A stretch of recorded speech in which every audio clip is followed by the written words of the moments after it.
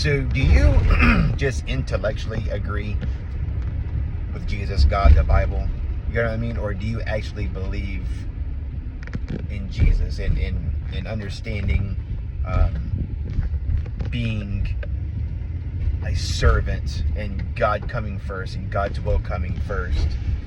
Because if you're just intellectually believe in what the Bible says, I've tried Christianity, it didn't work, you're doing exactly what Satan does. Satan knows the Bible just as good as any pastor on the planet, and what he does is he has the knowledge of the Bible. He intellectually has the knowledge of the Bible, and he uses it for his own will.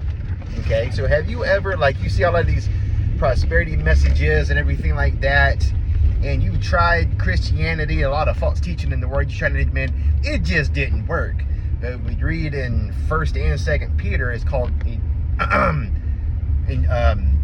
it talks about praying with the right motives. And if we go and we start praying with the wrong motives, we intellectually know what the Bible says, but we go about it the wrong way, and we don't pray with the right motives. We don't pray for God's will and in God's will, and it's just not working out. So you got to ask yourself that, have you really taken the time and gone to Christianity in a humble spirit with the right motives? You may need to say, you know what?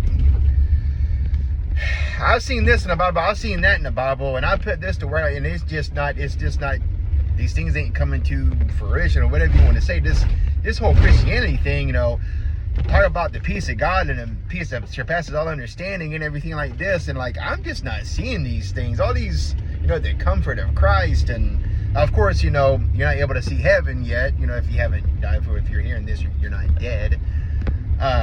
But you ever thought about, what? Have you ever thought about going to God and saying, God, am I praying with the right motives? Am I praying for your will be done? And am I coming at Christianity the wrong way? Am I coming at Christianity just to make my life better? Am I coming at Christianity for everything to work out for me? Or are you coming to Christianity because you want things to work out for God? Let God work in your life. Sometimes we may have to go through some hard times. A lot of times people will give up, and God's got us in a situation that he's got his hands on, and it feels like we're sinking, but God's got us the whole time. He's teaching us a lot of things in these times, okay? But then we give up because we think it's not working, but it actually is going at it. And you're going at it with the wrong motive, so you think, well, this isn't right. So I want to go back to what Satan does. One of the I hate to say smartest things, but one of the most mischievous things Satan's ever done is in Genesis, it says that we're made in God's image. We are made to have a spiritual relationship with Jesus Christ. We're made that is the way God designed us.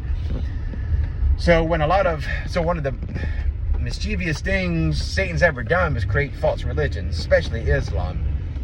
Because there's some truth to it. You get that when you reach out to it and you feel it and you get it, something just seems right about it, because you're designed to have a relationship, or even as just any other religion or any other kind of just anything. If something just kind of feels right about it, because you're designed to operate that way, you're designed to have that. So Satan knows everything about the Bible. He intellectually knows everything about the Bible, but he's using it to benefit him. And a lot of times that's what we do in our lives. We want to go to the Bible and we try to create too much perfectness on earth for our own benefit, and we don't look at things in a heavenly sense, in an eternal sense, and we give up because we're looking at what the Bible can do for us, not what we can do for God in the Bible. Being a servant to others.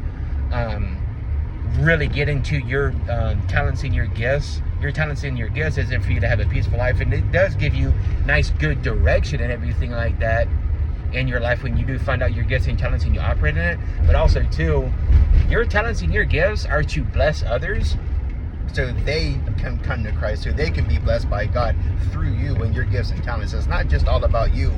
I will say though, for you personally, when you do find out your gifts and your talents and you're operating in them personally, it is very relaxing, and there is a peace about it, but it goes deeper than that.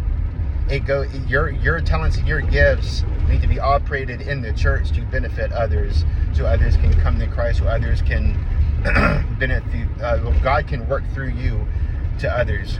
And then a lot of times, so we get a lot of false teaching these days, and we intellectual take things from the Bible. I can do all things through Christ who strengthens me. No, you can't. You know what I mean? If you're 4 foot tall, you can't dunk a 10-foot goal. You know what I mean? Just because you pray for something doesn't necessarily mean it's going to happen. It's in God's will. And I would ask you, take your time today. If Christianity, or what you've probably been doing is religion, if it just seems like it's just not working out, I ask you to humbly just be real and say, God, am I praying with the wrong motives? And listen to what God says. You know what I mean?